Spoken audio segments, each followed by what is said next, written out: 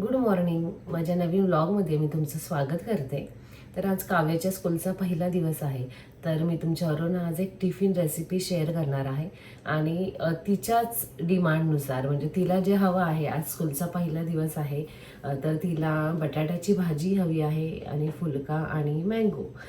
तर मग असंच मी तिला टिफिनला देणार आहे. तर चला तर मग रेसिपीला सुरुवात करेल. तर बटाटे ना मी स्वच्छ धुवून घेतलेत आणि हे असे मध्ये कट करून ना याला एक 2 ते 3 शिट्ट्या घेणार आहे. कारण उकडून बटाट्याची जी आपण पिवळ्या कलरची भाजी करतो ना, मी तीच करणार आहे आणि ती सहसा मुलांना खूप आवडते.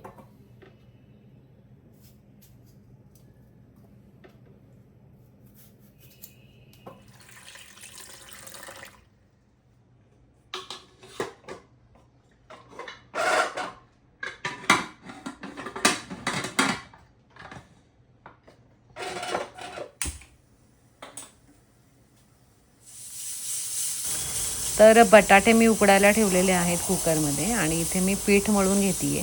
तर गव्हाचं पीठ चाळून घेतलं आहे, त्यामध्ये मीठ टाकून मिक्स करून आता पाणी टाकून छान पीठ मळून घेणार आहे. आणि एकदम शेवटी पीठ मळून झाल्यानंतर 1-2 चमचे तेल टाकून पुन्हा चांगलं मळून घेणार आहे आणि मग एका डब्यामध्ये मी ठेवणार आहे. तर ना बटाट्याच्या भाजीसाठी ना एक वाटण करते मी. हिरवी मिरची एक 5-6 हिरव्या मिरच्या घेतल्यात आणि 9-10 लसूण टाकायचं. तुम्हाला हवं असेल ना तर तुम्ही आलं सुद्धा टाकू शकता. तर हे मी बारीक वाटून घेतली आता. तर हे असं वाटून घेतलंय.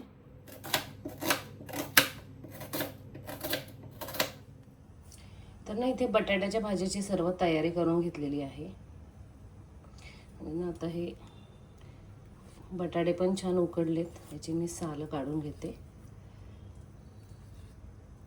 तर ना कढई गरम करून घेतली आणि त्यामध्ये ना 2 चमचे मी हे तेल टाकून घेते.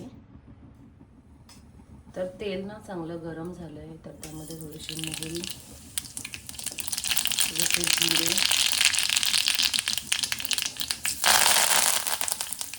कांदा, थोडीशी कोथिंबीर आणि थोडंसं हिंग टाकते. तर कांदा ना छान परतून घेणार आहे मी.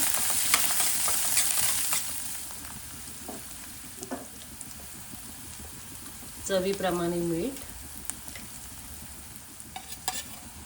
जी हिरवी मिरची आणि लसूण बारीक करून घेतलेलं ते छान मिक्स करून घ्यायचं.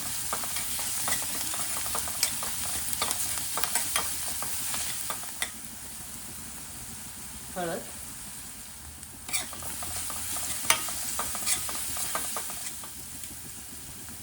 आता ना यात उकडून हे असे खुसकरून घेतलेले बटाटे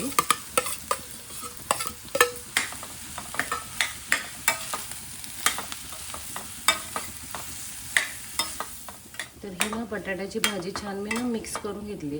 तर अजून 2 मिनिटे ना मी कढईत अशी परतवून घेणार आहे.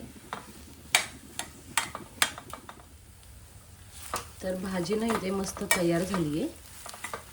याच्यावरती कोथिंबीर,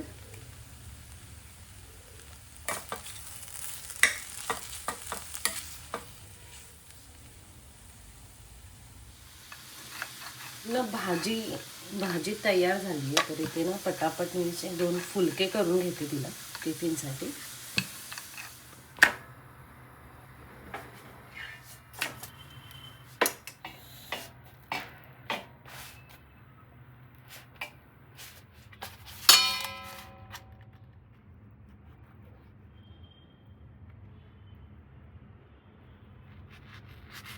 तर हा ना तिचा टिफिन आहे आणि तो मी आता मस्त पॅक करते.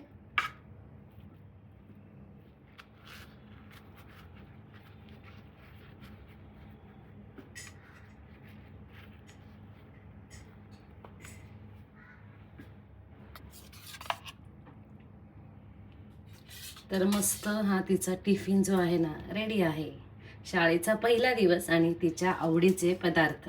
तर टिफिन रेडी आहे आणि ही बटाट्याच्या भाजीची रेसिपी कशी वाटली कमेंट करून नक्की सांगा. व्हिडिओ लाईक करा, शेअर करा आणि चॅनलला सबस्क्राईब केलं नसेल तर प्लीज नक्की सबस्क्राईब करा. धन्यवाद.